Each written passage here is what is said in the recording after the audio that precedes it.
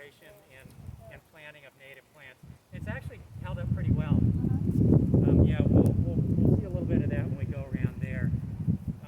Yeah, so this is the biggest or the deepest of the sandpiper ponds, they call these. They actually, ironically, in retrospect, should have called them dragonfly ponds, but now they created an area after this that they call Dragonfly Bend.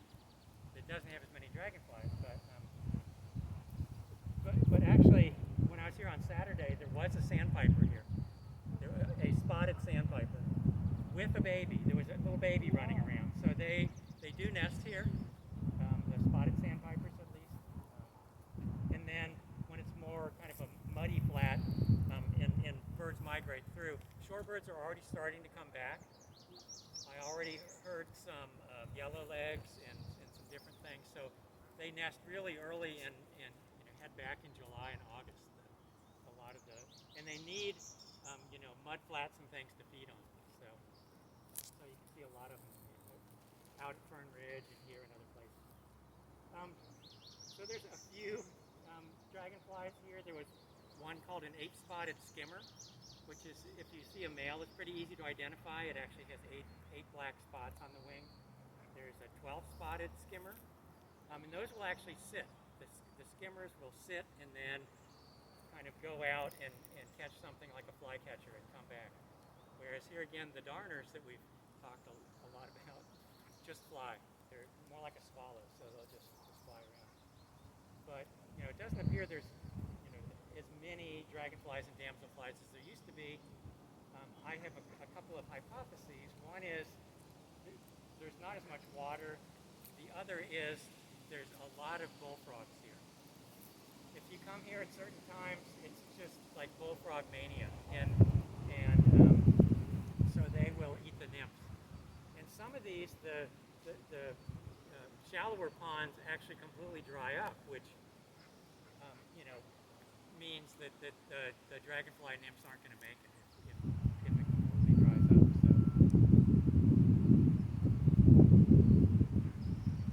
So anyway, we will see what we got here. Yeah, see the black and white pattern on that one? Yeah, so that's a skimmer. And yeah, here again you can kind of count the spots on that. That's one of the easier ones. If you get a male, the females don't look like that. Particularly the 12-spotted skimmer looks exactly like a female something else. So yeah, males, females, immatures. There's a whole thing that sometimes you get actually with the life cycle that they usually lay the eggs, in water. Sometimes actually in soil, and the rain will actually wash them in here. So you can see different strategies that the dragonflies use. There's a really kind of unique mating pattern that only dragonflies and damselflies use, where the male will actually grab the female behind her head, and then she will curl around and actually fertilize her eggs from the second segment where he has transferred sperm. And so you'll see them flying around in what looks like, it's called the wheel position. It's like, I call it the Odinate Kama Sutra.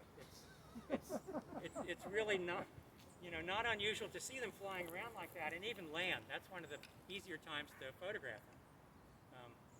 In an intimate moment. But and then the other thing that happens sometimes after that, some species do this, some don't, is the male will actually still hang on to the female behind her head and fly her out, and then she dips in the water laying eggs, and he'll fly around, and that way he's protecting his future.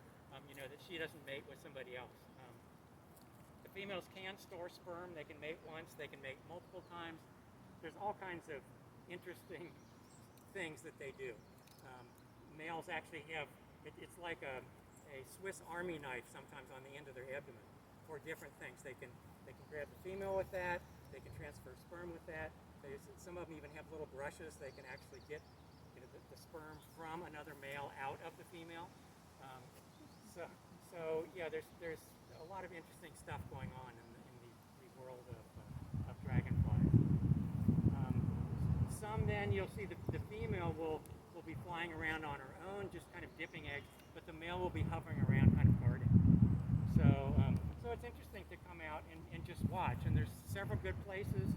Easier access than this even is Delta, or not Delta Pond, but Delta Ponds is good too, to watch. The Science Factory ponds, or whatever they call that now, the Eugene Science something or other. They've changed its name several times, but those ponds you can actually drive up to the parking lot and actually watch stuff right there too. So we have a lot of places around that you can watch dragonflies and damselflies. And you know, for another next couple months they should be flying. Yeah, here's one. These guys are two males kind of chasing each other around that look like they're 8-spotted skimmers. You know, you can count the spots on them.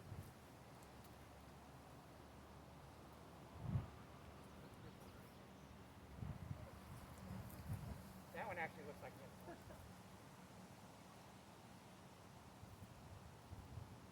And they're actually. You're sleeping at the switch over there. How am I supposed to? She's checking her Facebook here.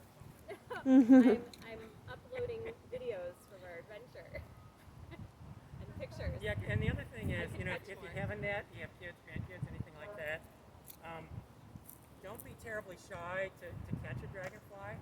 And you can actually, if you grab them by the base of their wings and take them out, they're pretty sturdy.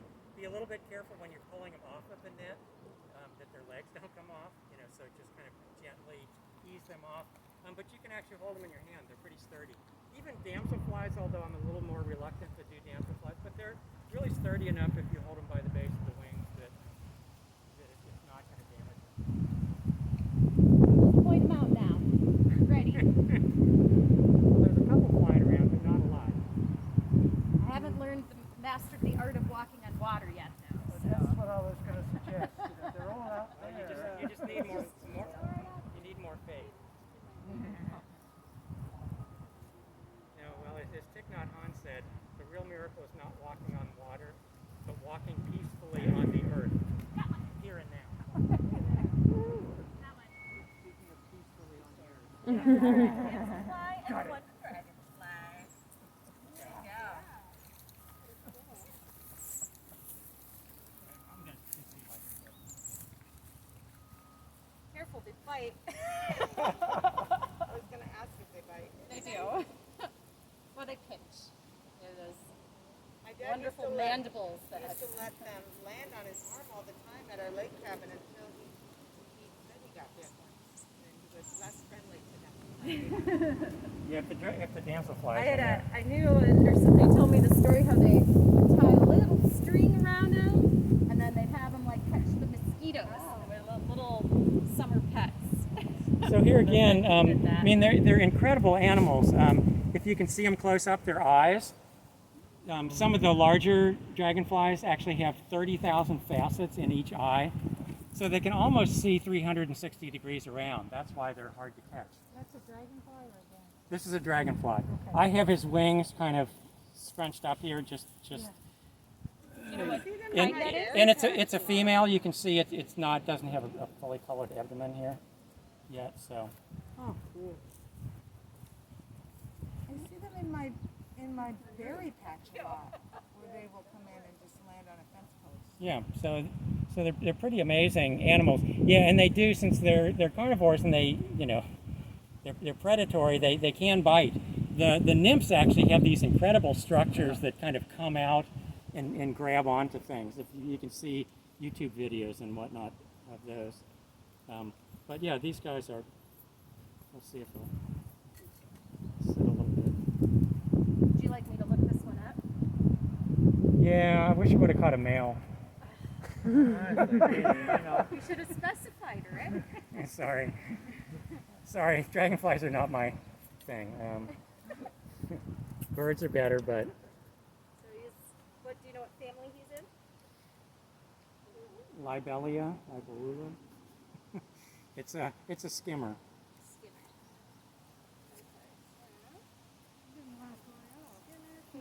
Well, he's probably in shock. He Trying to figure might, out how to bite him. might need some therapy. Get over the PTSD. Is There he, you go. is he a king skinner or 8-spotted? We've got ones with spots. Yeah, it's a female though. So I all don't know if he these, has females in all there. this feces we're seeing, is this a dog or is this some little critter? This is goose. Goose. Goose. Yeah. This is goose.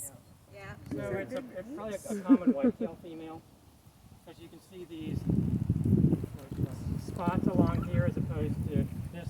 These two, the wings look almost identical on them, but this is more steady. This has spots, so it's probably a common whitetail female, because it had, you know, kind of 8 spots, which makes it confusing because this is an 8-spotted skimmer, but female, but these actually have the spots out on the end here.